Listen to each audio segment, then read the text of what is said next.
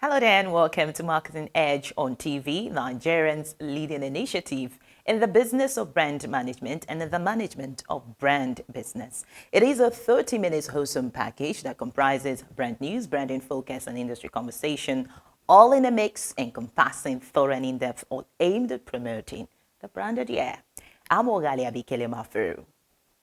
It's insightful, it's exciting, it's enriching. It's Marketing Edge on TV, a half-hour TV show on the business of brand management and the management of brand business.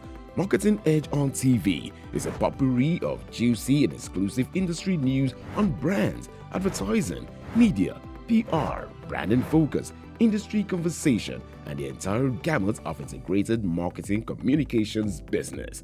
It's a business show with glamour and grandeur. We serve you hot and sizzling with all ingredients in the mix. Marketing Edge on TV, promoting the brand ideal. Good to have you back. First on Marketing Edge on TV is brand news, where we bring you the latest developments around brands and in the field of marketing, advertising, and communication in Nigeria and around the globe.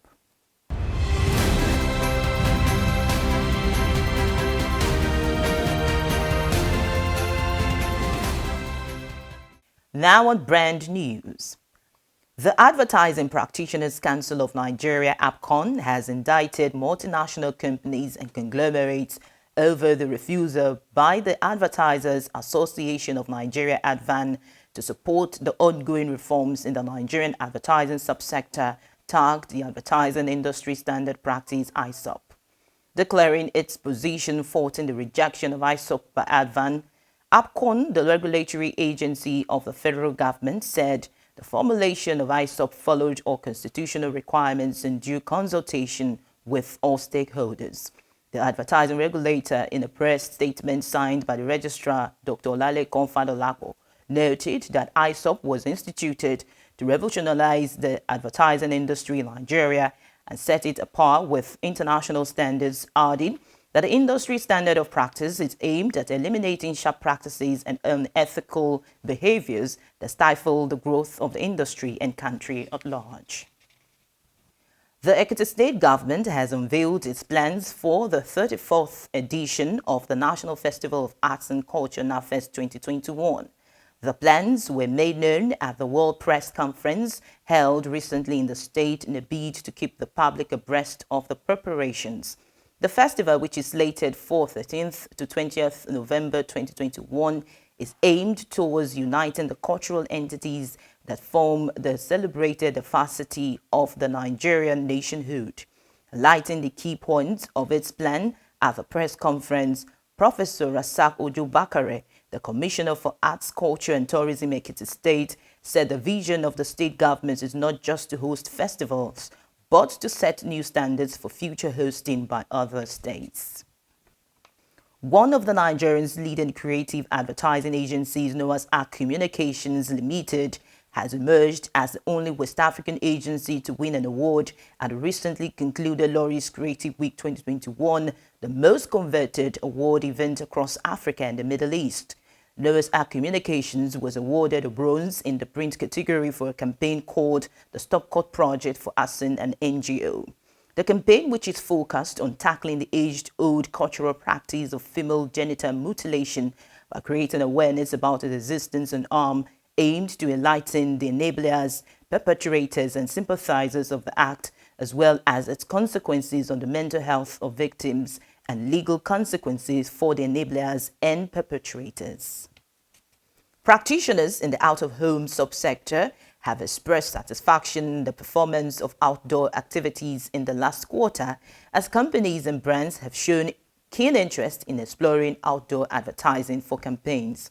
According to the professionals, the previous quarters in the year have recorded poor business outlook due to the effect of the pandemic.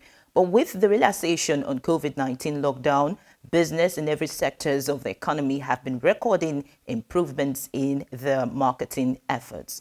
While expressing confidence that growth index will increase significantly with more and more clients patronizing the out-of-home advertising, the OOH professionals attested that the present quarter will definitely outweigh that of the last quarter. Leading and pioneering network providers MTN Nigeria and Airtel have been honored with the awards of Industry Sustainers Pioneers for leading the revolution and unprecedented move that skyrocketed Nigeria to be named among the leading market in global information and communications technology. This award was conferred on them at the just concluded special summit tagged 20 Years of Telecommunication Revolution in Nigeria in commemoration of the 2 decades journey in the telecom sector. The telecom sector, since its inception 20 years ago, has played a greater role in Nigeria's economic diversification, prominent amongst in terms of education, health, financial services, and transportation sectors of the economy. Well, that was brand news. Next is branding focus after this break. Mr. Kaku like to Kaku. Every day must do Kaku. Yeah, if you want me go Kaku. If you want save me go Kaku.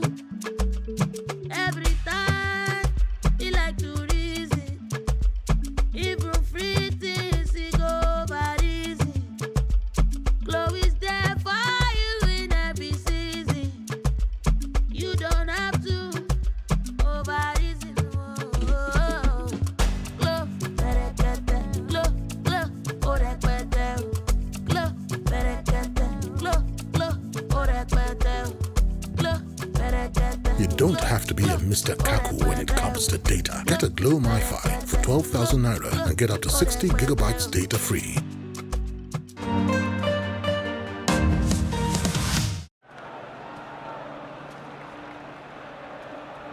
Will this penalty be the decider?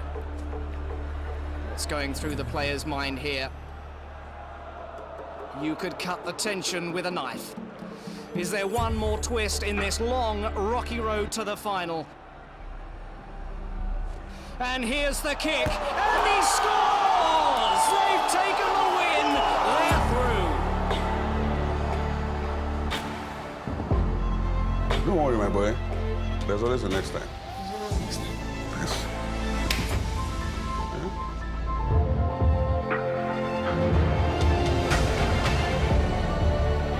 It's into Ikalo from the wing.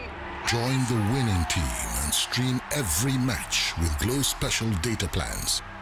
For everything Glow, dial *777#. Great supporters of football. Glow.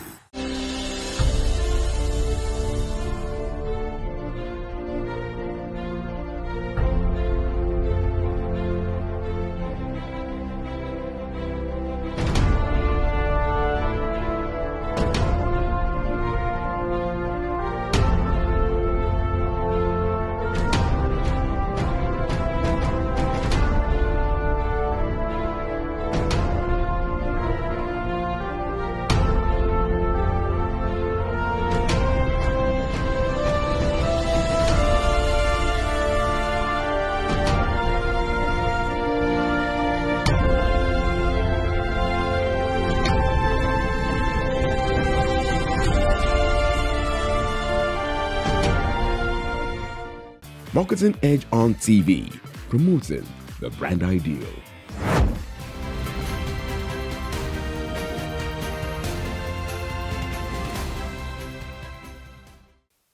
Now on brand in focus. The world may have slowed down following the crisis occasioned by COVID-19 pandemic, but marketing has definitely not. Instead, brands have amplified their marketing efforts through digital, thereby increasing the need for celebrities and influencers to help create considerable awareness.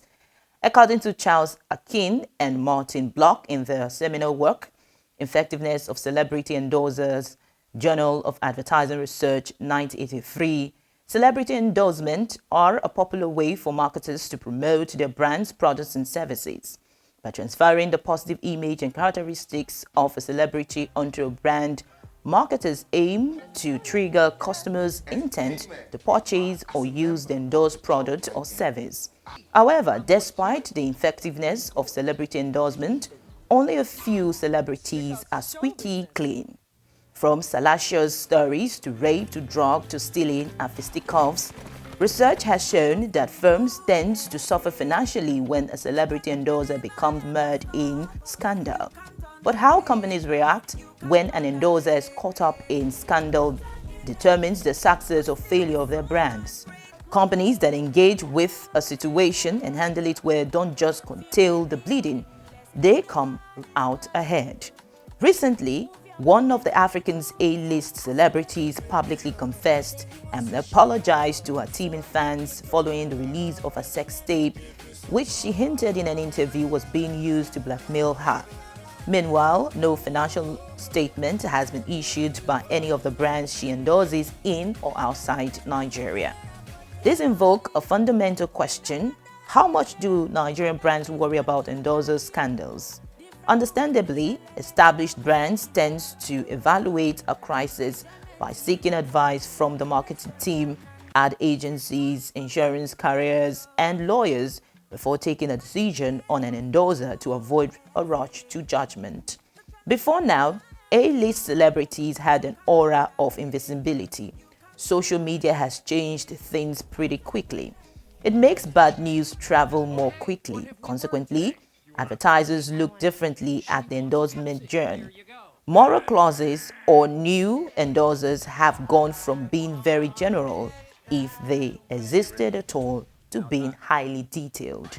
Although different events affect brands differently, marketers now perform much more due diligence when selecting celebrities to minimize the risk of crisis.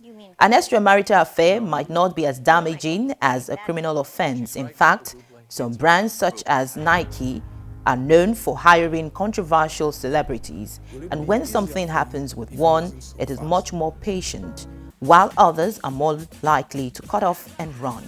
For example, after a photo of swimmer Michael Phelps smoking marijuana went viral, Visa publicly supported him. Kellogg let his contract expire, and other companies stayed silent.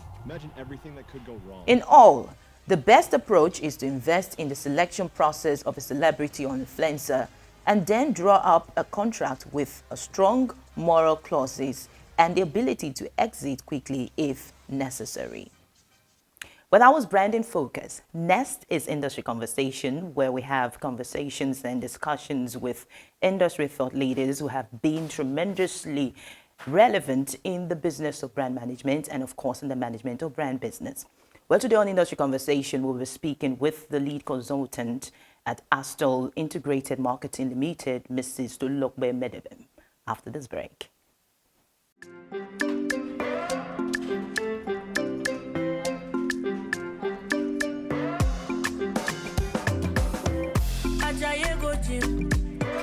You won't go shake your body. Instead, they make it calm down.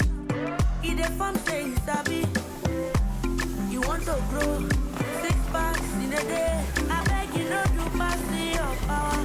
You want to show yourself, oh.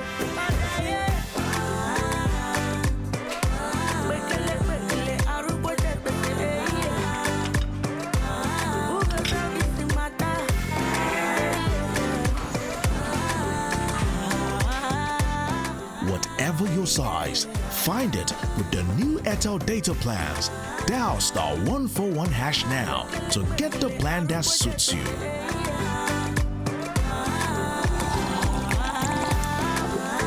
Airtel, the smartphone network.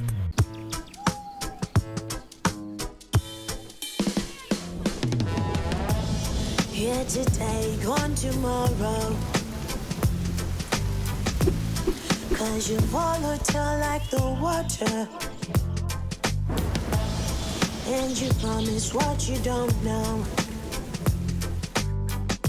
Sometimes it's right and then it's so wrong. Them go do like say them wise, will promise you the world.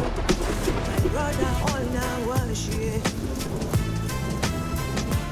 Up all on be open eye. I see no feel water, can't no be letter.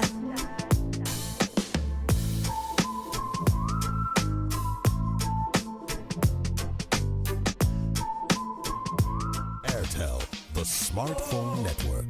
Marketing Edge on TV, promoting the brand ideal.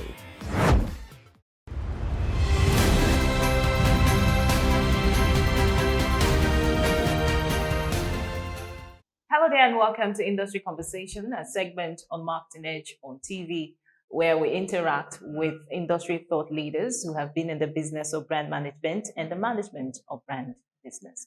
Where today on Industry Conversation, we have with us the CEO and lead consultant of Ashtal Integrated Marketing Limited, Mrs. Dulokbe Medeben. So pleased to have you with us on Industry Thank you very Conversation. much. Nice to be here as well. Such a pleasure to have you also. I know you are a very versatile industry player, and I know we'll learn a lot in this conversation. I hope so. Well, the conversation has always been about the pandemic, and I know that every sector of the nation's economy has been adversely, affected by the pandemic. As a player in the experiential, sector, how would you assess the impact so far? Okay, so the impact so far is right now where we're at today is actually much better. If this question was asked last year, the impact was devastating for almost everyone. And of course, it had to be. The COVID impacted mostly on us because we're direct engagement, almost physical, hands-on, touch, direct communication with consumers and all of that. And if we were not interacting in any form, physical and social distancing, we were actually all indoor. So there were no activities, either personal, corporate, or whatever. There were actually no activities. So if this question had been asked last year, then I would have said devastating. But this year, of course, it's getting better. Things are opening up, activities are happening, people are going out, people are convening and all of that. So it's much better. It could be better. It's getting better. And we're all hopeful, honestly. Everybody's keeping fingers crossed, and we're hopeful that it gets better with the vaccinations, with people being aware of hopefully keeping safety and safe distance. We're trying to also integrate that into all the activities. I mean, you are aware of event centers having a certain number for events, activations also, people have to take some of those safety elements into consideration. So I think it's getting better, and we're hopeful for a better future. Okay, let's look at the experiential ecosystem, marketing ecosystem pre-COVID. How would you assess it generally in Nigeria? Pre-COVID.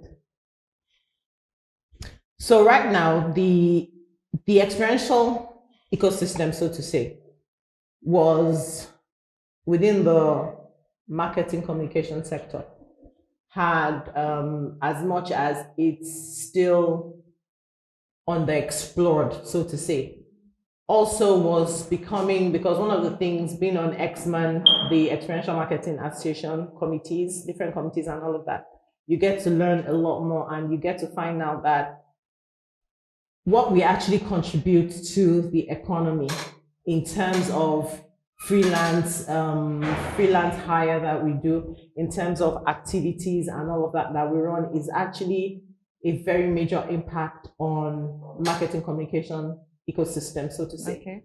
And when you take that out of the whole system, it's kind of like a chunk, you understand? So pre-COVID, I think within the marketing communication ecosystem, we probably would have been doing something of, say, like, to be a bit more on the optimistic side, I would have been looking at us doing like 50% of that ecosystem. I'm sure a lot of people would argue with that. But the truth about it is, when you look in terms of activities, when you look in terms of budgets and all of that, you actually know that some companies, I mean, world over, a lot of companies have actually put more into their experiential marketing budget. Of course, that's not the same here, but even at that, it was actually substantial to an extent pre-COVID. Okay. So how would you compare the market here and globally? Well, we're growing. It's a developing market here. It's picking up every day. In most things, as with most parts of the world, but the good thing about it is that it's a global world now. So as much as things are happening there, it's almost directly impacted here. I mean, pre-COVID, they were already running virtual activities and all of that all over the world. Whether or not we liked it, it became a thing here. And we're also running virtual activities, we're running hybrid activities and all of that. So the truth about it is, being a global world, whatever is happening internationally, as much as possible, to also have some form of edge, to also have some form of what's the word, life. Yes. You obviously need to tap into whatever it is that is going out in the world. And unlike before, that it would have taken a while to either access that that innovation or that function, it's almost like right there at your fingertips, because like I said, it's a global world. And I mean, a lot of people are going for trainings when you can't go. Thanks to COVID, there are a lot of online things that you learn and all of that. So I think I don't think we're doing so bad. Okay. Well, one thing that has, been made realistic to us all businessmen and women is the fact that there has been, a transition from traditional form of media to digital. So how would you say technology has helped to, assist your business or the experiential marketing, system? Again, back to, I mean, I will go back to COVID as well.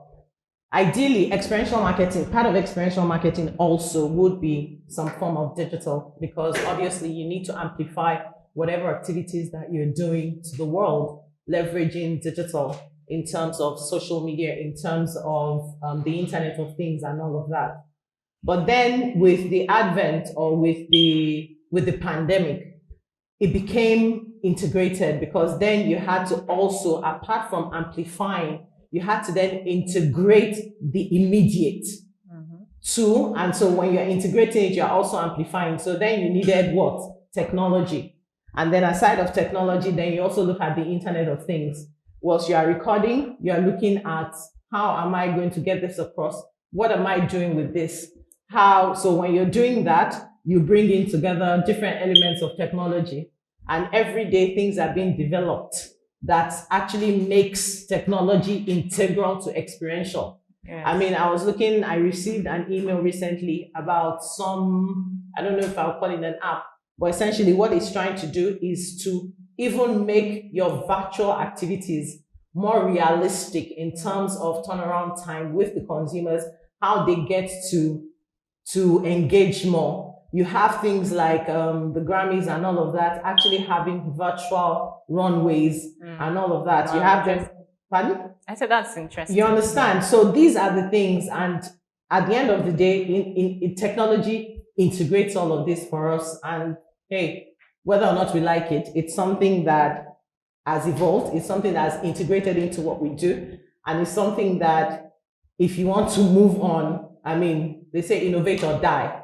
And integrating that into whatever it is that you do also adds on or ensures that you're innovating and you're growing. Mm-hmm. That's awesome to know.